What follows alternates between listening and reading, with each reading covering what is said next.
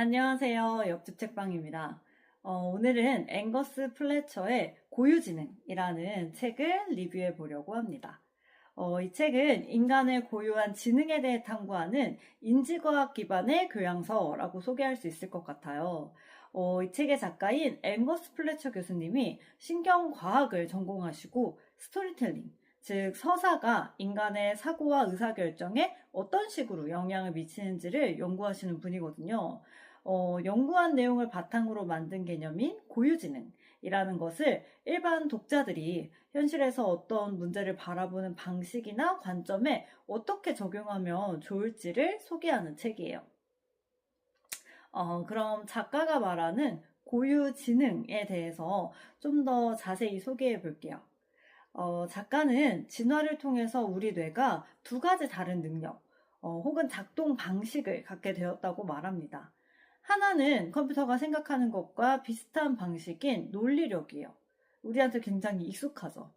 그리고 다른 하나가 이 책의 주제인 고유지능입니다.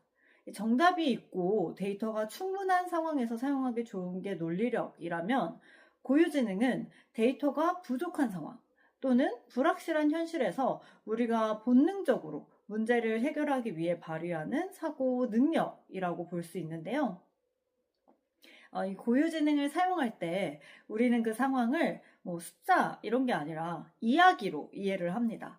이것을 서사인지라고 하는데요.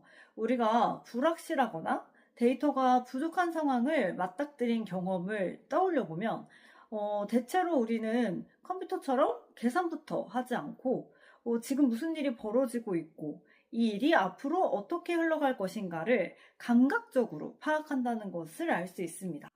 이때 고유지능의 네 가지 능력인 직관, 상상력, 감정, 상식이 작동하는데 이게 바로 고유지능이 서사인지로 작동하는 모습이라고 생각하시면 좋을 것 같아요. 작가는 우리 사회가 측정 가능한 지능인 논리력만을 그동안 과대평가해 왔다. 이렇게 지적을 하면서 고유지능의 중요성을 일깨워줍니다. 직관, 상상력, 감정, 상식이 상호 보완하면서 발휘하는 고유지능은 굉장히 느슨해 보이지만 또 불확실성을 지닌 현실에서는 가장 신뢰할 수 있는 도구가 될 수 있다는 거죠. 그럼 고유지능의 네 가지 능력, 직관, 상상력, 감정, 상식도 각각을 간단하게만 설명해 볼게요. 먼저 직관은 예외를 포착해서 세상에 숨겨진 규칙을 찾아내는 능력을 말합니다. 또 상상력은 내가 선택할 수 있는 다양한 미래의 경로를 떠올리게 하고, 감정은 지금 선택한 경로가 나의 가치와 어긋나는지 아니면 조화를 이루는지를 알려주는 신호로 활용할 수 있습니다. 그리고 상식은 불확실성 속에서 변동성을 추적해서 현명한 결정을 내릴 수 있도록 해주는 거죠. 저자는 사람이 이 네 가지 능력을 모두 가지고 있지만 사람마다 그중 뛰어난 게 있고 또 부족한 게 있다라고 하는데요. 이 네 가지 능력이 동시에 잘 발휘될 때 가장 강력하다고 합니다. 그래서 이 책에서는 각각의 능력을 사용하기 위한 전략과 또 각각의 능력을 길러내기 위한 방법도 자세히 소개하고 있습니다. 지금까지 고유지능의 개념과 책에 어떤 내용이 들어있는지를 정말 간단하게 소개를 해봤는데요. 어떤 점 때문에 이 책을 추천하는지도 한번 말씀드려 볼게요. 제가 이 책을 추천하는 첫 번째 이유는요, 새로움이에요. 찾아보니까 서사인지의 개념이 인지과학이나 심리학 분야에서 되게 오래전부터 연구되어 온 주제더라고요. 근데 저는 이 책을 통해서 처음 접했거든요.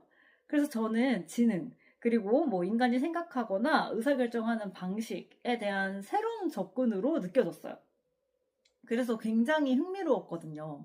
또 저는 당연히 언어가 생겨나고 또 언어를 바탕으로 이야기가 만들어지고 그 과정을 통해서 상상력이 생겼을 것이다 라고 지금까지 생각하고 있었거든요. 근데 언어보다 이야기가 먼저 존재했고 의사소통이 아니라 혼자 생각하기 위해서 이야기가 만들어졌다는 가설 역시 너무 흥미로웠고 굉장히 설득되는 부분이 있었어요. 그리고 작가가 설명해주는 두려움, 분노, 슬픔, 수치심 이런 감정들과 또 불안이라는 것의 의미가 기존에 제가 생각해오던 것과 다른 부분들이 많이 있어서 재밌었고 또 어떤 면에서는 신선한 충격이기도 했어요. 그래서 전반적으로 이 책은 새로운 지식과 통찰을 주는 것 같아서 읽는 내내 굉장히 즐거웠습니다. 두 번째 이유는요, 굉장히 쉽고 재밌게 읽힌다는 점이에요. 이 책이 단순히 학술적 사실만 나열하지 않고 좀 직관적인 예시, 은유, 상상 가능한 상황, 이런 것들을 많이 제시를 해요. 그리고 작가가 특수부대와 함께 이 연구를 진행한 경험이 있는데 이 연구 과정과 대화 내용이 되게 많이 나와요. 또 실제 다양한 조직에서 작가의 훈련법으로 가르치거나 또 적용해 본 사례들도 많이 나옵니다. 이게 전부 실제 사례이다 보니까 흥미가 유발되는 부분도 있었고, 또 특수부대 이야기는 흔히 접해보지 못한 얘기라서, 그리고 또 다양한 조직의 이야기는 또 공감이 되어서 집중되는 부분들이 있더라고요. 그리고 책의 큰 뼈대, 구조도 그렇고 세세한 설명 방식들에 이 서사인지적 사고 구조가 들어가 있는 것 같아요.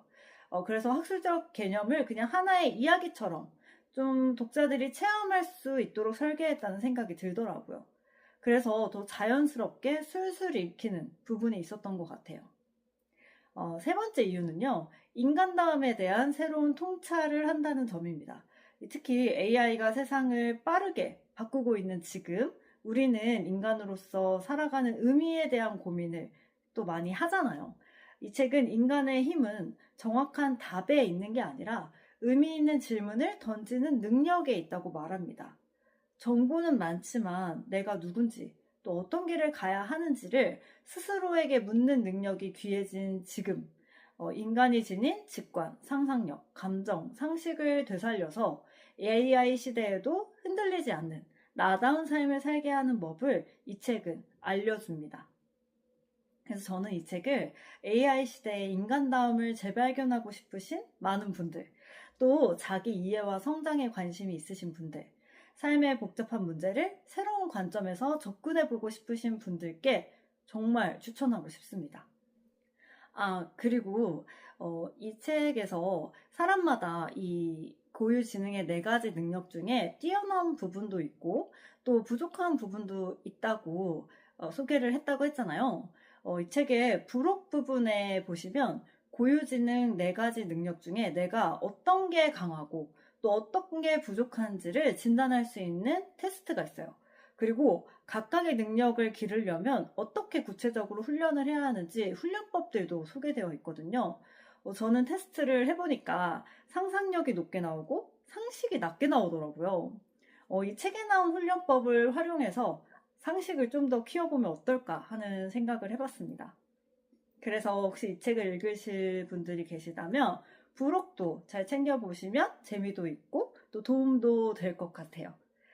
그러면 오늘의 책 리뷰는 여기서 마치도록 하겠습니다. 끝까지 봐주셔서 정말 감사합니다. 안녕.